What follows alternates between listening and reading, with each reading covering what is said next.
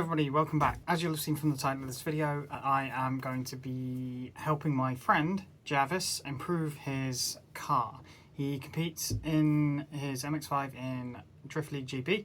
We'll be competing against next year, and he asked me for a little bit of help with his setup. So before we go do anything, I'm going to throw you over to him and he's going to explain exactly what this car is, because it's very unique and it has for an MX-5 anyway, it has a lot of power. 1.8 VVT. We have done some internal work to the engine. We haven't fully forged it, but we have done rods, main bearings, ARP head studs, obviously rod bearings, another stock head gasket, nothing too special there. However, the supercharger that's on this is actually from an Audi. They did it on the V6 and V8 Audis back in the day. It's a TVS 1320. So very unconventional for an MX-5. In fact, this was actually the first one, to our knowledge, that was done in the whole entire world. There is now a Mark 1 with a similar setup to mine, but not pushing as much power because he's not forged on the inside. We're pushing 316 brake, which is 281 at the wheels. And yeah, that's pretty much the rundown. A few extra little bits, like with this supercharger setup, instead of using a bypass like you would normally use a bypass, we have it's a 1 litre Ford Focus drive-by-wire throttle body. Now that works basically, the easiest way to describe that is it works backwards to the TPS. So when the TPS is reading open, that thing's fully closed to allow all the boost to come. So when I come off throttle, that then opens and allows the boost to then recirculate back into the supercharger, as well as having a big go faster bits blow-off valve as well, just to empty the system when it needs to be emptied. Then intercooler is... There is a big boy intercooler down there. In fact, when we first mapped the car, we actually had a restriction from the original intercooler. This is the biggest one and widest one we could get in the MX-5 without having to cut the car apart. And yeah, obviously we've done a season of Drift League as well, so it's completely full comp spec with full cage, bucket seats, harnesses, and all the good stuff on the inside. Obviously the hydro handbrake, decent shifter in there as well, so you don't miss shift. A full plumbed in fire system, and obviously the most important thing, it's all powered by the mighty ME442 ECU. We love Motorsports Electronics. They've been a big help this season for us. And if we come around to the driver's side, we've also got digital dash in there to read all of our smoke. And as we rev the car, it all moves and it's pretty funky. So yeah, that's pretty cool. Yeah, it's pretty cool. But yeah, it's basic rundown, and obviously all the bits on the outside, big spoiler on the back, just to set it off from all the other MX-5s. And yeah, because the supercharger unique setup at the front wasn't enough. Yeah, it wasn't enough. So we also needed to have a bit of pizzazz there as well. Yeah. So OEM body kit, OEM skirts, OEM front bumper, because OEM stuff is king. And then obviously the big wang on the back. So and then obviously the big livery as well, with our main sponsors on it from this year. She's a bit battered and bruised because obviously we've done a whole season of Drift League. Yeah, so it's the end of the season now. So it's the end of the season and she's a bit battered and bruised, but she still goes well, so that's the main thing. Yeah. Car's warming up at the moment. We're going to go out on your standard setup to start with. Yep. I'm going to feel that out and then we'll make some tweaks, and then we're basically going to swap and change and keep making tweaks so that you can feel the difference. Yep. So that we want to be going fast. Yeah, but the whole point of this is for me to make changes and explain it in a way that you understand why I'm making the changes I'm changing. Yeah. So that you can then think for yourself, basically, because there's no set way of doing this. Essentially, this is the formula, because every track is different. So you'll have a setup that works here, but you need to understand why that setup works here. And then translate that into the next place we go. Yeah, and it also means if you then end up driving a different car or a different setup or stuff like that, all of the skills transfer into those other cars as well. So we're going to start with the basics. We're just going to start with tyres and tyre pressure and all that sort of stuff, and then we'll go from there. Let's get it. As I throw up these clips of him driving and as we make changes throughout this video, have a listen, because I don't have any exterior shots unfortunately, have a listen to the way that the car builds RPMs, and look at when he pulls the handbrake and makes adjustments and things like that, and how the car floats and how the car reacts to handbrakes and things like that as we go through. We start the day at his normal setup, so whatever he normally does. I had no influence on this one whatsoever, and what he normally runs is a 195 50/15, 40 psi, and he runs his coilovers 6 clicks from full hard. Unfortunately, he didn't have any other tyres throughout the day, so we stay on the exact same set of tyres throughout the day, but you'll see how much of a difference we make by making the changes that we do.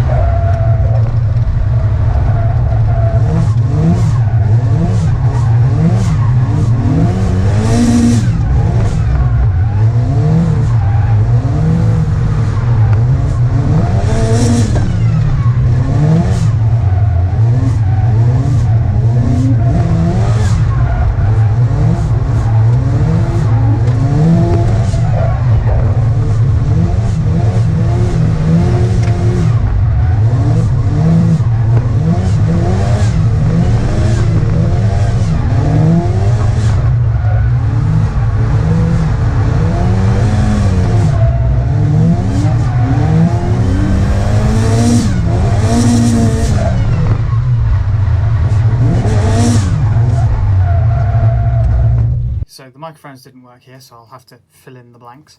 The first change I told him to make is change from 40 psi in his tyres down to 25.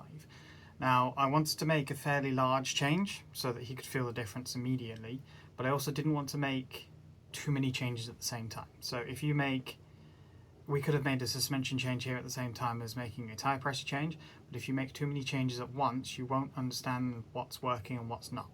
So you need to make incremental changes and individual changes as you go on throughout the day. So this next run he is running 25 psi in his rear tyres, and everything else is exactly the same. Okay, don't finish your more grip.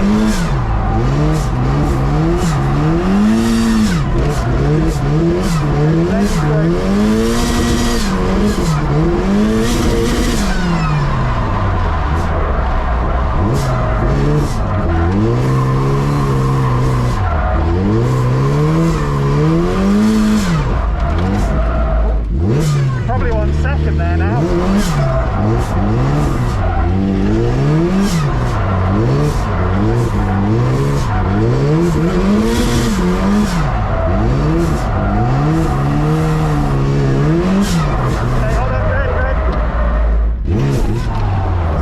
Yeah, so go with second through here.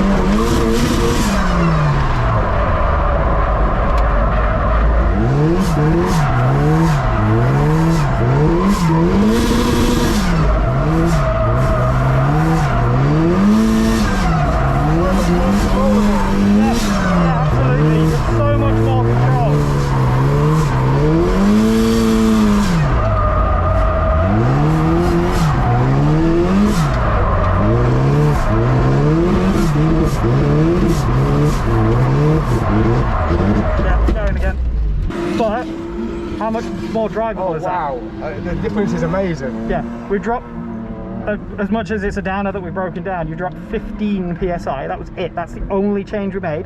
Same tyres, same suspension setup, everything else is all the same. You are so much more faster. We don't have any other tyres, which is annoying, but we can work with what we've got. You already understand what a difference the tyre pressure makes.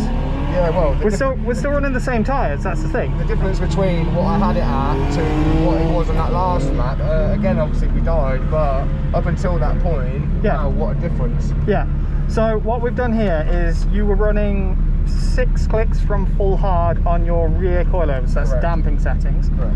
We've now gone to full soft. Now the main reason for that is softer gives you more grip. So Right. what happens is as you go over bumps, when it's hard, there's 2 things happening. One is you'll bounce over the top of the bumps. The Yeah. suspension doesn't have time to sort of droop and go in the grooves. But it's the combination of those things. You skip over the top of the bumps, or the suspension doesn't get a chance to, the wheel doesn't get a chance to go into the grooves. Now on a track like this, that's quite important because obviously it's quite bumpy here, so you need the suspension travel. Yeah.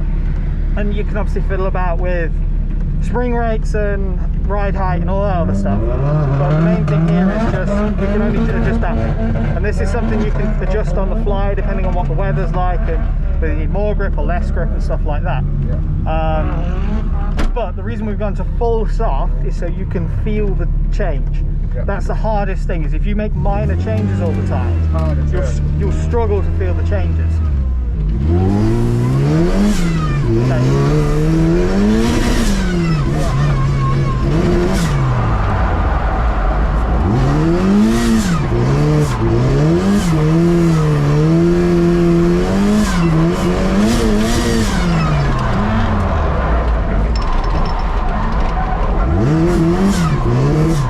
Wow, that's way different.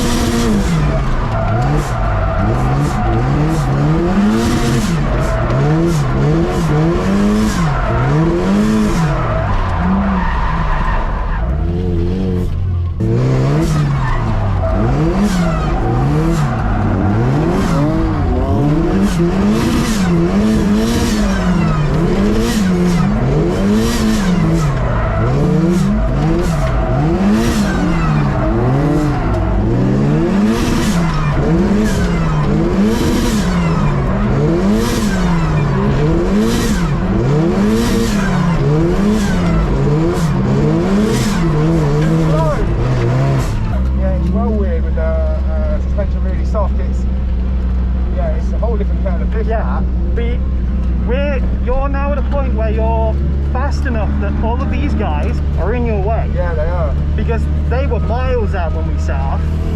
Okay, so you understand what I mean about the suspension now. Now you can obviously dial that up and down depending on how. I'm going to dial it a little bit stiffer, but not much. I reckon from how that felt when it was 6 clicks down, and now it's on complete opposite. Yeah, so I think maybe what we do is do 6 clicks up. Yeah, and so let's see- make that change. See, this is why I wanted to go to the extreme. Yeah. Because I've been fighting myself for a while on what am I doing wrong, how do I get the car So faster. this is why when somebody says to me, what's the best way of getting better at something? Tuition. Yeah. Because the difference here is I'm telling you, not only am I telling you what's wrong, I'm telling you why it's wrong and how to make the rectification to make it correct. And the reason I do the why is it means that you can make this change on your own at another track, because you'll understand why the car's doing what it's doing. If you're on a silky smooth track, you can dial up the stiffness. Yeah. Because it will probably be better for you, because you'll lose some of the roll. Because that's the difference you've got now, is you've got a lot more weight transfer. Yeah, because it's softer. Because I felt like when I was coming up through here, when I chucked it in, I chucked it how I would normally chuck it, but it actually completely different. Yeah. Like completely different. In fact, where I would normally chuck it and the car would float, I chucked it and the car went, nope, You've got grip. going. Feels better, obviously. And you're now understanding why we're making the changes that we're changing. Because that's the other reason to go softer on the suspension. As you throw it in, you've got that weight transfer over that rear wheel, pushing it down into the ground, so that when you accelerate, you've got drive out of the corner. And that's what it's about. You've got to have the drive so that when you press the accelerator, you actually move. So obviously, we took it to the extreme just so you'd understand. And that's the best way of, if you're going to make a change or something, if you can go to an extreme, do that. Because it really quickly takes you, this is what a difference it makes. Now we can dial it up to a place that's happy. Because we started full hard, we went to full soft, and now you're like, oh, actually no, that's better. I had it almost backwards. Yeah, because full hard, we've gone to full soft, and that's not the best place to be. But you've now gone, oh, actually no, softer is better. Yeah, it is. 100%. Just that one lap then. Admittedly, I didn't have as good lines as what I had previously, but that's because of the setup telling me where it actually needs to be. Like my transitions now actually needs to be way later. Yeah. Like here when I transition, it's me in really shallow. What you had before was you were driving to the grip levels that the car had, and you were kind of dictated by what the car wanted to do because you had no other choice, because you had no grip. Now you've got grip, you can tell it where you want to go.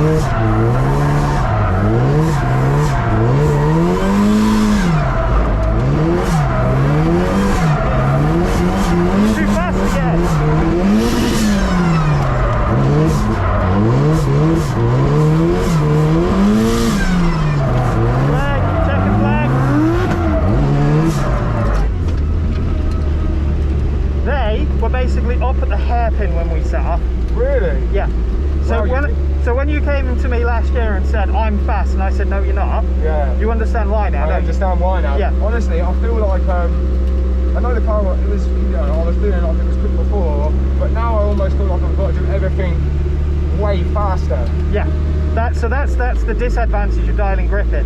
When you've got no grip, you have to wait a long time before you can do anything with the car because you're waiting for the grip to come in. Now, everything, it wants to go because you've got instant grip, and that's obviously what you're looking for. It means you as a driver have to be so much more on it to make the corrections and the adjustments, and that's why when you go up to the top hairpin now, you're going all the way down and you're going really deep. Really deep, isn't it? Yeah. I'm not braking until that last... So what, the next few laps, what I want you to do is treat that as an inner clip. So you know, like Formula D when they do Long Beach, that last hairpin, do the same thing. Right. Obviously don't take it out, but I want you to try and aim to be On the at inside, the inside. rather than the outside? Yeah. Because that corner gives you loads of room for mistakes. Yeah. So that's great. But it also now gives you a target while you're learning to place the car. Because obviously this is going to happen when you go to competition next year. Yeah. They're going to say, I want the car here. Yeah. You need to learn that. Yeah. So giving yourself arbitrary clipping points, as it were, gives you something to aim for and work towards. Yeah. But all good so far.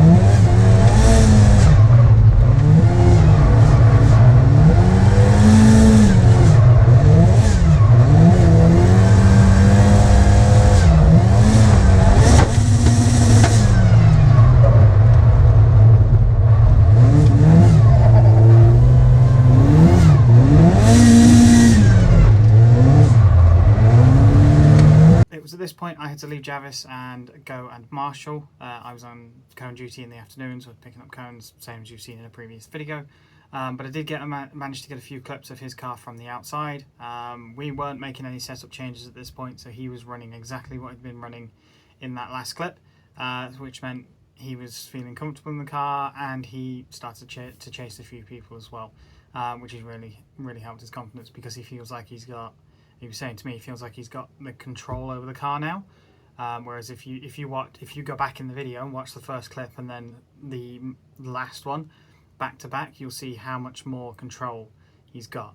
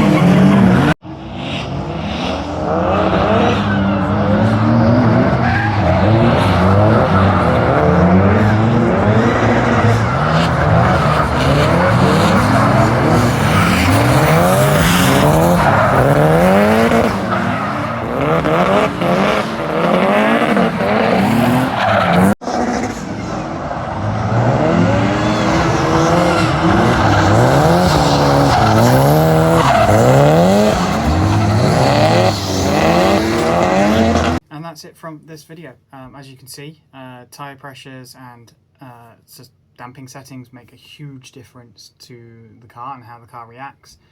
The amount of grip you've got, and like I said at the start of the video, we were running that same set of tires from the first clip in the last clip, so we were running the same tire size all throughout the day. Everything that I've said in this video is specific to Javis's car, but the methodology can be extracted and put into any other car. So if you feel like you're spinning up too easily, you don't have enough grip, if you're bogging down, you've got too much grip, and you can adjust your car accordingly. There's other things you can do aside from what we did today, which is spring rates is a good example, the alignment of the car, and as I've said to Jav, he needs to put wider tyres on his car, and that's where he's going to go next. So the whole point of what we went through today was so that you understood what was going on and why we made the changes that we made. Thanks for watching, everybody. I'll see you in the next video. Hopefully I can do some more of these how-to videos and improvement and stuff like that, and if I get a chance to drive with Javis again, we'll see how much is improved, but we'll see what goes on. Thanks for watching, everyone. I'll see you in the next video.